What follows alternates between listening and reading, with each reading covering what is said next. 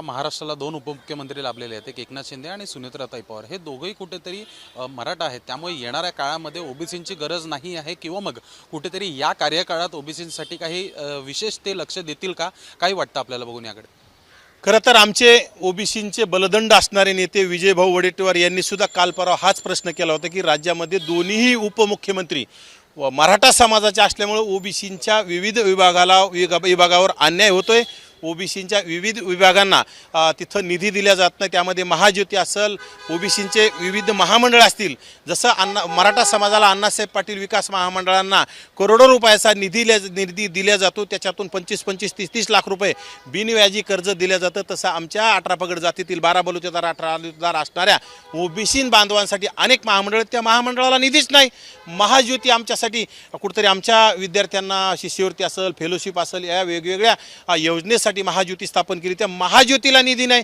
इकडं 500-1000 कोटी रुपये द्यायचे आणि इकडं 100 कोटी 50 कोटी द्यायचे नाही।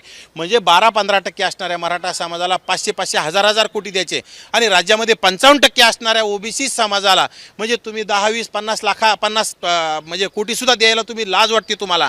म्हणजे हे फक्त दोन्ही उपमुख्यमंत्री ओबीसी, त्याच्यापैकी एकही ओबीसीचा नाही, दोन्ही मराठा आहेत आणि विशेषतः यांना ओबीसीचं काही घेणं नाही। उलट यांनी दोघांनी ओबीसींचं अस्तित्व संपवण्याचा घाट घातलेला, ओबीसींचं अस्तित्व संपवण्याची यांनी शपथ घेतलेली आहे। फक्त वरून दाखवायचं एक आणि तातून करायचं एक, हे चाललेले। त्यामुळं आमचा ओबीसीचा उपमुख्यमंत्री कमीत कमी असला पाहिजे, तो हक्क अधिकारासाठी बोलल। आमचे ओबीसी उपसमितीचे अध्यक्ष बोलत नाहीत, आमचे अनेक ओबीसीचे मंत्री, यांना सुद्धा बोलायचा अधिकार नाही, कारण की ओबीसीचा एखादा उपमुख्यमंत्री असला तर त्यांच्या आधाराने आमचे मंत्री सुद्धा बोलले असते। आमचा हक्क अधिकाराची लढाई सभागृहात त्यांनी केली असती, परंतु आमच्यासाठी आता कोणीच नाही। परंतु आता राज्यातील 52%, 55%, 60% असणाऱ्या ओबीसीनं आता डोळे उघडले पाहिजे आणि यांनी जो अन्याय आपल्यावर केलाय तो येणाऱ्या विधानसभेमध्ये, येणाऱ्या लोकसभेमध्ये याचा बदला घेण्याची आपल्याला कुठेतरी शपथ घ्यावी लागेल आणि एकनाथ शिंदे सारख्या जातीवादी बांडगुळांना पाळणाऱ्या नेत्याला आपण धडा शिकवण्यासाठी आपण कुठेतरी 2 हात करण्याची तयारी येणाऱ्या काळात करावी लागणार आहे।